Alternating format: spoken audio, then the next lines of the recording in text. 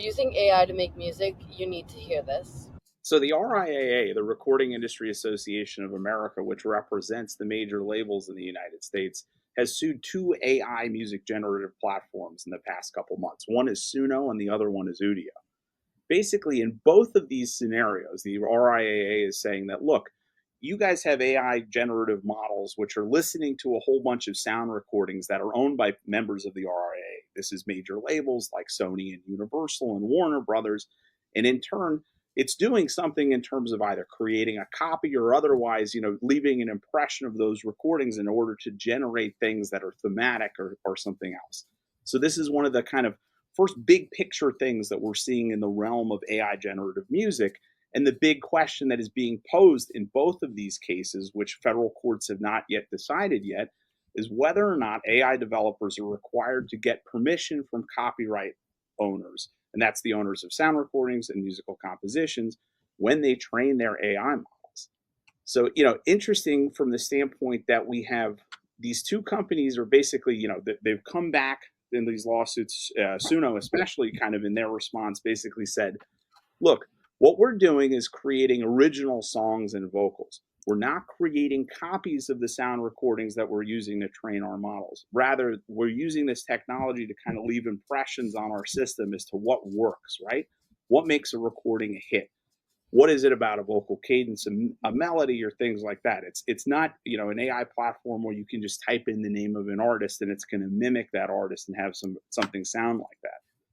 Now, in practice, the RIA and other people who are copyright owners are saying, well, that all may be fine and well. And you might have certain restrictions in place where you can't say create a song in the style of this Radiohead song or this Beatles song. They're also saying that when you do actually give prompts to this thing, the output itself can be infringing. So there was a good example where they said, if you ask it to create, music, 1960s music by a British band with male vocals with the name of a group that rhymes with Schmeedles, the output was basically a Beatles song. So, we have this big question that we've kind of seen come up in this arena is that people don't want to be concerned about deciding whether or not the output of AI is infringing, right? These rights owners and the groups behind them want there to be a determination that just by using copyrighted recordings and compositions without permission to train your models, that in of itself rises to the level of infringement. Because this way, for them, it makes it a lot easier that, hey, if you want to exist as a platform and train your model on the copyrights that we own or the copyrights that we control on behalf of artists and things like that, you're going to have to get our permission. We can tell you not to. So, I mean, very, very, very fascinating that we're kind of at the precipice of this because this is the big question, right? And everybody's kind of sitting there saying, well, what is the future of AI generative music? And it all kind of hinges, at least initially, on this question that's been posed in these two cases. A lot of people have been asking for the federal courts to kind of come out and, and answer this question. And that's kind of what we're faced with here. Well, what you have, Max, is, a legal debate about a topic that if we were talking about humans, no one would even think twice. But just because it's in a new, sort of form that is digital and is new technology, people are a little bit worried about it. So, think about that practically. If you were to say, hey, anybody who listens to the Beatles for inspiration to figure out how to write a song and create a new song, that would be copyright infringement. That's part of the argument that they're putting forth. So it's which doesn't really jive with our current copyright law, but because now it's a machine that is doing it, that is dissecting and taking it apart, computer software that is doing it, is that enough to now make it infringing? So it's a really fascinating it's fascinating new territory that we're entering into.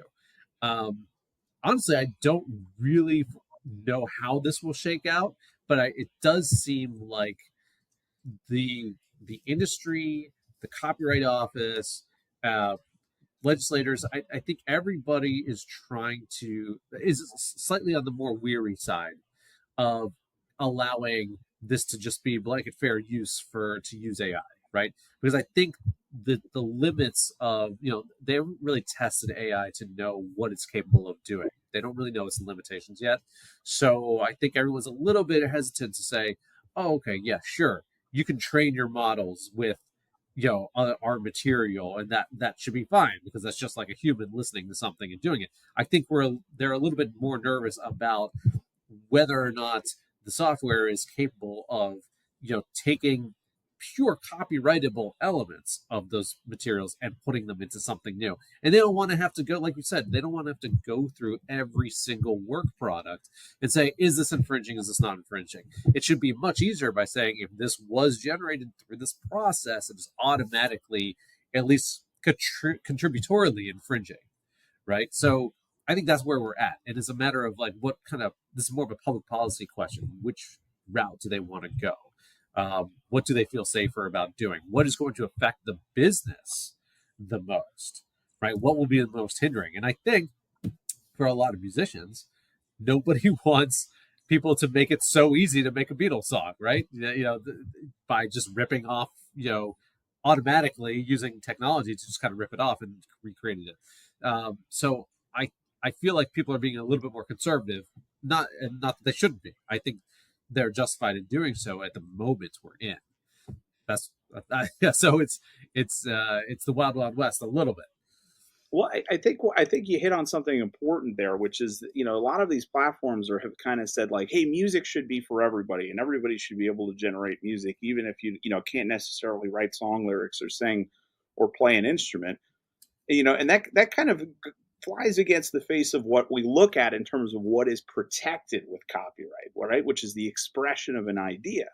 And if there's a platform that for a subscription fee allows a user to just type in, something thematic and have something that could compete or contain elements of an existing recording or composition, that, there was artistry behind that. And then now they have something that they can kind of freely use for commercial purposes. That's where I think it gets interesting, right? Because there's been a big kind of like, well, this should be perceived as fair use because, there's not really actual copying, and the learning of it is the same as you were saying, right? Somebody's sitting there. We want to promote the arts and kind of advance things, but it becomes, I think, a little bit different when it's not just about advancing art, but rather like, replacing art that people have to pay for to use in certain situations by this kind of, generative music. I think a big crux of this is the idea that people are beginning to kind of come to this idea of AI being used as a tool, right? Which in the right hands can kind of promote the arts and further things.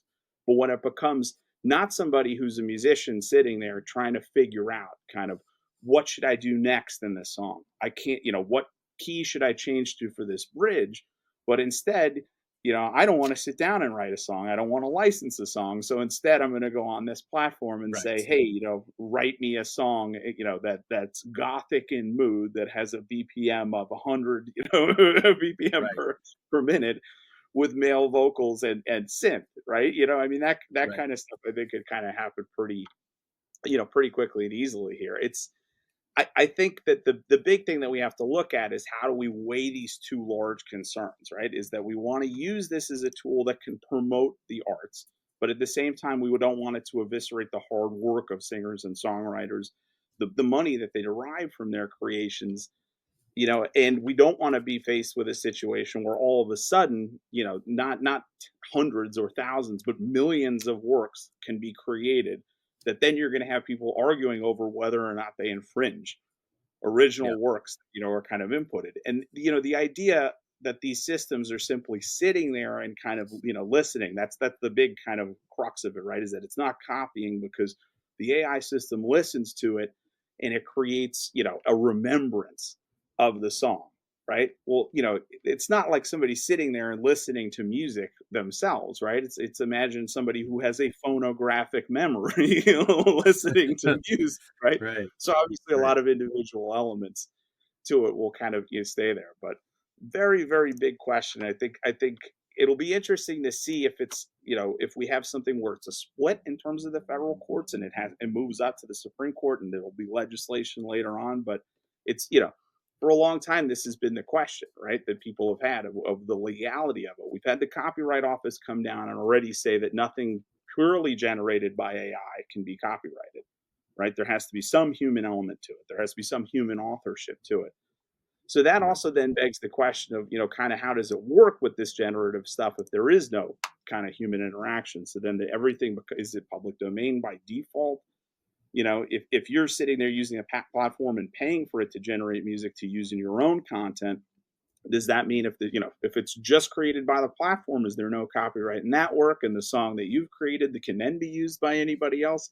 It'll get very interesting and very hairy kind of quickly. So it's interesting to see. I mean, I think it makes sense from the rights holder perspective, while everybody is saying, look, let's like end this conversation at the very beginning, listening to the recordings, analyzing the compositions. That in of itself is something that should require permission from the original owners, right? Because they're kind of heading it off at the pass. So it'll be very, very, very curious to see how this pivotal question is decided, and if it's going to be different between the two federal courts in these cases, because we have one in Massachusetts and one in New York, and kind of what does that mean moving forward? Right. Now, to just complicate this further, right, there have been, I know some artists have used that type of technology on their own songs to figure out how to write their next song.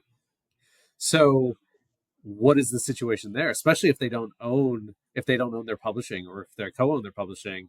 Is that infringing the 50% of their co-owners' share? Or if they don't own their recordings, is that infringing on their label's ownership of the recording? So it's really an interesting area. But yes, it'll be interesting to also see how the courts split it up, or if they do split it, or if we have this sort of broad acceptance of the issue. But yeah, this is the type of stuff that we want to pay attention to, because it does affect our industry moving forward. And here at the CI community, we're always talking about these types of cutting edge issues. So come join the CI Creative Intel Academy's community, like and subscribe and all those things, and keep up to date with us on the latest trends in AI and music business.